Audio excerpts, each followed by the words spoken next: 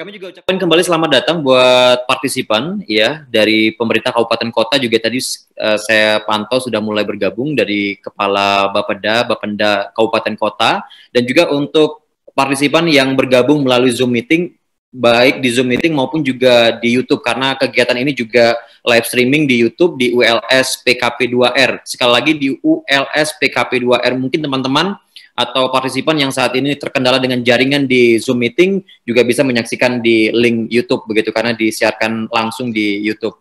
Bapak Ibu hadirin yang kami hormati, selanjutnya kita beranjak ke acara berikutnya. Kali ini kita akan dengarkan penyampaian keynote speaker yang akan disampaikan oleh Gubernur Kalimantan Timur. Dalam hal ini diwakili oleh Kepala Bapeda Kalimantan Timur. Kami persilakan kepada Bapak Profesor Dr. HM Aswin. Kami persilakan Pak Aswin. Bismillahirrahmanirrahim. Assalamualaikum warahmatullahi wabarakatuh. Waalaikumsalam warahmatullahi wabarakatuh. Yang kami hormati Pak Rektor, Pak Prof. Mas Jaya. Alhamdulillah ketemu lagi sahabat satu kelas, saya dan istri sekelas dengan beliau itu. Cuma menangnya saya itu, saya duluan lulus daripada beliau. Waktu S3 maksudnya di Brawijaya. Ya, Alhamdulillah Pak Rektor, kita ketemu lagi. Mudah-mudahan apa yang dihajatkan didengar juga oleh semua kawan-kawan di sini. Yang kami hormati Pak Samedi A. Mulyo, PSD, Direktur Pengembangan Kawasan Wilayah Kementerian Bappenas, yang menjadi narasumber. Terima kasih sumbangsihnya kepada daerah kami.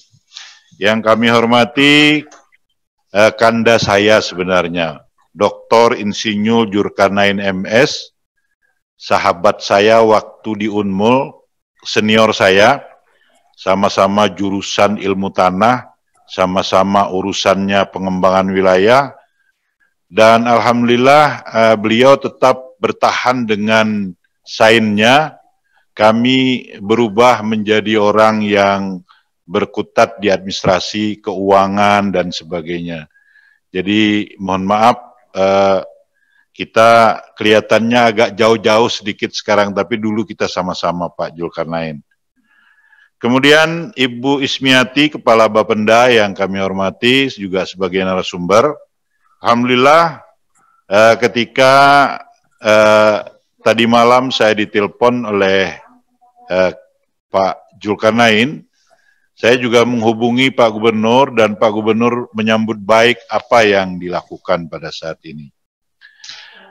Bapak Ibu yang kami hormati dari kabupaten kota, dari Bapenda, dari perguruan tinggi seluruh Indonesia, dari mahasiswa, kami yakin kegiatan ini sangat baik sekali dan bermanfaat buat kita semua.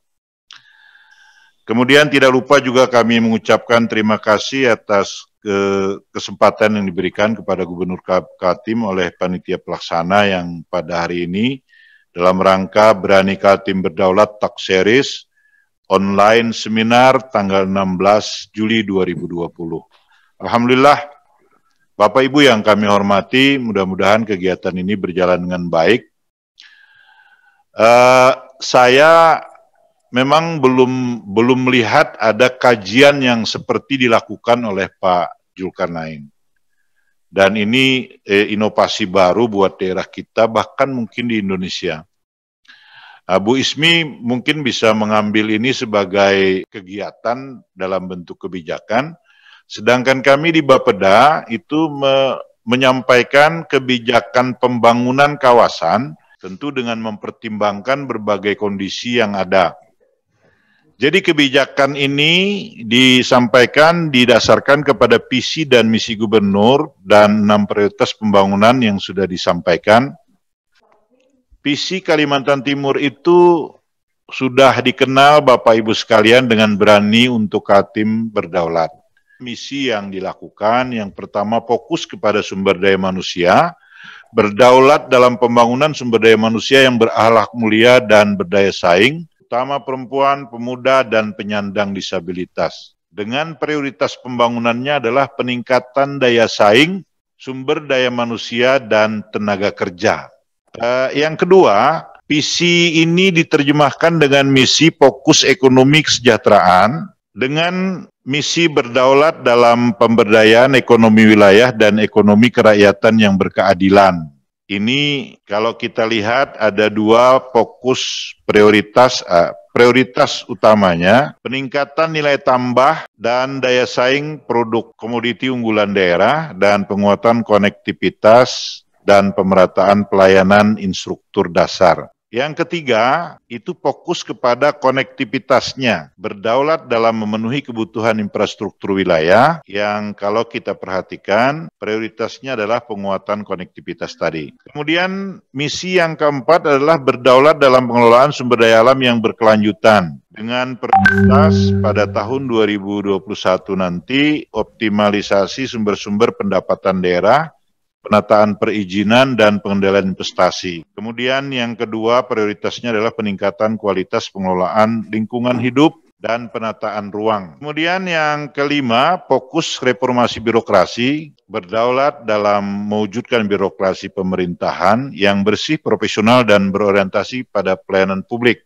Kemudian selanjutnya, kita melihat capaian kinerja pembangunan Provinsi Kalimantan Timur. Pertumbuhan ekonomi kita itu mengalami peningkatan dari 2,67% di tahun 2018 menjadi 4,77% di tahun 2019. Selanjutnya kita lihat tingkat inflasi juga mengalami perbaikan dari 3,24 tahun 2018 menjadi 1,66 di tahun 2019. Bapak Ibu yang kami hormati, kalau kita lihat tingkat kemiskinan, 6,03 tingkat kemiskinan di tahun 2018 dan 5,94 pada tahun 2019. Artinya tingkat kemiskinan kita itu mengalami perbaikan. Indeks Gini kita juga terlihat stabil di tahun 2018 3,42. Tingkat pengangguran terbuka 6,60 dan di tahun 2019 itu 6,09. IPM 75,83 menjadi 76,61 dan emisi gas GRK 42,14 34,65. Pandemi COVID-19 ini berdampak pada perlambatan pertumbuhan ekonomi Kaltim pada triwulan 1 2020 sebesar 1,27% year on year. Terjadi kenaikan tingkat pengangguran terbuka pada awal tahun 2020 menjadi sebesar 6,88%. Tingkat kemiskinan Kaltim hingga Maret 2020 meningkat menjadi 6,10%. Tingkat inflasi hingga Juni 2020 tercatat sebesar 1,52% year on year. Itulah tingkat capaian kita di tahun 2019 dan sebagian 2020. Kemudian pada tahun ini kalau kita perhatikan, kita berada pada tematik yang sudah disampaikan di RKPD kita maupun di RPJMD kita, yaitu posisi kita pada tahun 2021 nanti menumbuhkan industri hilir yang mendukung ekonomi kerakyatan dan ekonomi kawasan. Karena perubahan yang terjadi di tematik RKP 2021 secara nasional, maka kita juga mengalami perubahan menumbuhkan industri hilir yang mendukung ekonomi kerakyatan dan kawasan dalam rangka mendukung percepatan pemulihan ekonomi dan reformasi sosial di Indonesia. Jalan dengan perubahan tematik pada RKP 2021 secara nasional. Bapak Ibu yang kami hormati, kerangka pikir dalam perumusan prioritas RKPD di Kalimantan Timur ini cocoklah dengan yang dipikirkan juga oleh Pak Zulkarnain untuk menumbuhkan hilirisasi industri yang mampu memperkuat ekonomi kerakyatan serta berdampak pada peningkatan ekonomi kawasan. Diperlukan industri-industri dasar yang dapat beroperasi pada skala produksi. Oleh karena itu, pembangunan tahun 2021 nanti itu difokuskan kepada pemulihan ekonomi, penguatan sektor industri, perdagangan, dan koperasi, ketersediaan infrastruktur dasar, ketersediaan akses pendidikan dan kesehatan, serta reformasi sosial. Mudah-mudahan ini juga nanti apa yang dikaji oleh Kanda Zulkarnain, Dr. Insinyur Zulkarnain, itu juga bisa menambah dari sisi pendapatannya. Tentu dengan kegiatan ekonomi kawasan kita yang demikian, itu bisa secara nyata direalisasikan. Bapak Ibu yang kami hormati, kalau kita berbicara tentang pendapatan dan pembangunan ke depan, tentu kita akan bicara tantangan apa yang ada sekarang ini, yang tentunya kita sudah banyak mengetahuinya. Di Kalimantan Timur itu sangat terpengaruh oleh beberapa hal, antara lain adalah perang dagang Amerika Serikat dan RRT itu yang dari global, yang terpengaruh dari komoditas ini adalah migas batu bara dan kelapa sawit. Nah, tentu apa yang dirancang oleh Kanda Julkarnain dan kawan-kawan ini, itu berkaitan non-minerba yang ada, yaitu kelapa sawit maupun ikut yang lainnya. Ini tentu akan berpengaruh terhadap perekonomian di daerah kita. Peran Tiongkok cukup besar dalam peta ekspor Kaltim, itu sekitar 28% dari total non-migas yang ada. Diperkirakan akan menahan prospek pertumbuhan ekonomi Kalimantan Timur dalam jangka menengah. Kemudian tantangan dan peluang Kaltim sebagai NKRI juga IKN RI juga cukup berpengaruh. Percepatan transformasi ekonomi melalui pengembangan ekonomi wilayah di sekitar IKN dengan pengembangan sektor industri pengolahan jasa, perdagangan, pariwisata yang berwawasan lingkungan. Percepatan pembangunan dan pemerataan infrastruktur dalam rangka pemenuhan kebutuhan infrastruktur dasar dan konektivitas dari dan menuju IKN. Kemudian selanjutnya adalah peningkatan kapasitas dan kualitas SDM lokal untuk mempersiapkan SDM yang memiliki daya saing sesuai tuntutan kebutuhan pembangunan IKN RI, peningkatan upaya rehabilitasi kawasan hutan, serta mitigasi dan pengurangan risiko bencana seperti karhutla, banjir, tanah longsor. Dampak akibat COVID-19 ini adalah berkurangnya kapasitas produksi, menurunnya laju pertumbuhan ekonomi, meningkatnya PHK dan angka pengangguran, meningkatnya angka kemiskinan dan meningkatnya kredit macet, penurunan daya beli masyarakat. Itulah beberapa hal yang berkaitan dengan dasar-dasar yang kita analisis perkembangan ke depan. Kemudian strategi dan arah kebijakan kita sesuai dengan tema tadi, menumbuhkan industri hilir. Strategi kita ada 3, percepatan pemulihan dampak sosial ekonomi pasca COVID-19, peningkatan kualitas SDM dalam mendorong inovasi daya saing, dan meningkatkan konektivitas dengan mendorong percepatan pemerataan infrastruktur. Arah kebijakan ada 11, optimalisasi peran belanja pemerintah dan masyarakat dan seterusnya.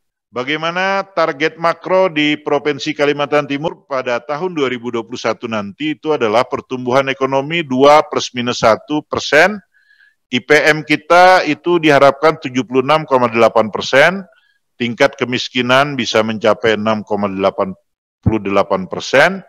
Gini rasio kita paling tidak 0,01 menurunnya 0,328 sampai dengan 0,327. Tingkat pengangguran terbukanya 8,34% dan penyesuaian target makro sebagai dampak pandemi COVID ini. Mudah-mudahan ini bisa tidak masalah. Kita lihat bagaimana kawasan kabupaten kota yang nanti juga dilihat tujuan dan sasaran pembangunan kabupaten kota yang dilakukan atau kita sebut dengan pembangunan kawasan. Itu pertama adalah penguatan konektivitas antar kawasan ekonomi dan pemerataan jangkauan pelayanan jaringan prasarana transportasi, telekomunikasi, energi dan sumber daya air yang terpadu di seluruh wilayah. Peningkatan nilai tambah dan daya saing produk komoditi unggulan daerah, peningkatan kualitas pengelolaan lingkungan hidup dan pengendalian perkembangan kegiatan budidaya agar tidak melampaui daya dukung dan daya tampung lingkungan. Yang keempat, optimalisasi sumber-sumber pendapatan daerah. Dan kelima adalah pemulihan struktur sosial ekonomi akibat pandemi COVID-19. Otomatis nanti yang dilakukan dalam pembangunan ini adalah Yang keempat, ini berkait juga dengan apa yang dikaji oleh Kanda Zulkarnain, optimalisasi sumber-sumber pendapatan daerah. Nah, cuma yang dilakukan sekarang ini memang adalah yang sudah ada undang-undangnya, yang sudah ada peraturan daerahnya, yang sudah ada dalam peraturan-peraturan di bawahnya. Saya kira itu yang kita perhatikan. Mudah-mudahan nanti kajian ini bisa memberikan nilai tambah lagi buat kita semua dan akan dijadikan tempat untuk kita. Kebijakan pengembangan kewilayahan di Kota Samarinda itu fokus utamanya adalah pembangunan jalan akses baru menuju Bandara APT Pranoto sepanjang 11,4 km. Diarahkan juga ke upaya pengendalian banjir dan pemenuhan kebutuhan pelayanan air minum untuk masyarakat. Ini diarahkan untuk mendukung pengembangan kawasan industri, perdagangan, dan jasa yang juga merupakan sumber pendapatan kita nantinya maupun pendapatan dari kabupaten kota. Di samping kita ada akreditasi sekolah, akreditasi puskesmas, dan lain-lainnya. Kemudian di Kota Balikpapan itu pengembangan Karyangau, peningkatan ekspor melalui KKT, kemudian hutan kemasyarakatan dan beberapa yang lainnya yang berkaitan dengan akreditasi sekolah, puskesmas. Dari hasil kajian-kajian yang ada untuk mengatasi COVID ini tentu bukan hanya di perkotaan tapi juga di pedesaan. Oleh karena itu kesiapan kita untuk menghadapi berbagai pandemi kebelakangannya, puskesmas harus bagus, kualitasnya harus meningkat. Kemudian stunting juga perlu kita perbaiki, 23,3%. Tenaga kerja, ada BLK di Balikpapan yang akan terserap peningkatan jalan, pengendalian banjir, peningkatan kualitas kawasan kumuh, bantuan stimulan rumah layak huni. Memang ini kaitannya yang meningkatkan pendapatan yang berkaitan itu juga kita perhatikan ada kawasan Karyangau yang ada, hutan kemasyarakatan juga mungkin, dan beberapa hal yang lain. Kemudian kebijakan pengembangan di Gontang dulu. Ini terutama budidaya ikan laut. Hari ini TGUP 3, ketuanya bersama beberapa anggota, ditambah kawan-kawan dari Bapeda, ditambah dengan kawan-kawan dari OPD, itu melakukan kunjungan melihat bagaimana perkembangan budidaya karamba apung. Di sana juga ada hatchery, ada balai benih induk di sana yang mungkin bisa kita kembangkan dan dijadikan contoh untuk daerah-daerah pantai seperti Bontang, Kutai Timur, Anggana, Samboja, dan sebagainya, yang bisa meningkatkan ekonomi masyarakat. Nah, mungkin ini perlu juga dianalisa oleh Kanda Zulkarnain lagi, sehingga bisa kita lihat apa yang bisa menjadi hasil kita. Kalau di bibit ikan misalnya, mudah-mudahan sudah ada undang-undang yang mengaturnya, baik retribusi berapa jumlah dan sebagainya, karena kalau kita memungut sesuatu tanpa undang-undang, itu akan berbahaya, dianggap pungutan liar dan sebagainya. Oleh karena itu, kajian ini bisa menjadi naskah akademik untuk suatu hal yang merupakan inovasi bagi kita. Kutai Kartanegara. Di Kutai Kartanegara ini diarahkan kepada sebenarnya peningkatan jalan Patung Lembuswana ke Sebulu yang sekarang ini kurang menguntungkan bagi masyarakat sekitarnya. Demikian juga pengadaan air besi atau disebut air minum kalau di tempat kita ini, pembangunan irigasi, bantuan stimulan, PLTS komunal, hutan masyarakat, dan budidaya air tawar. Kalau kita perhatikan Danau Semayang, Danau Melintang itu dijadikan fokus baik untuk kegiatan-kegiatan yang berkaitan dengan budidaya ikan.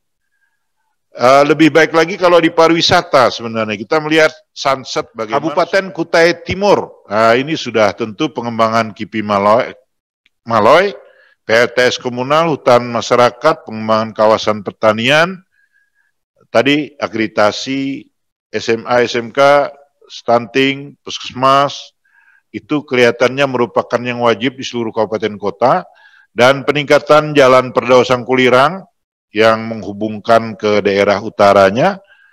Kemudian bantuan stimulan rumah layak huni. Saya kira masih banyak masyarakat kita yang seperti itu.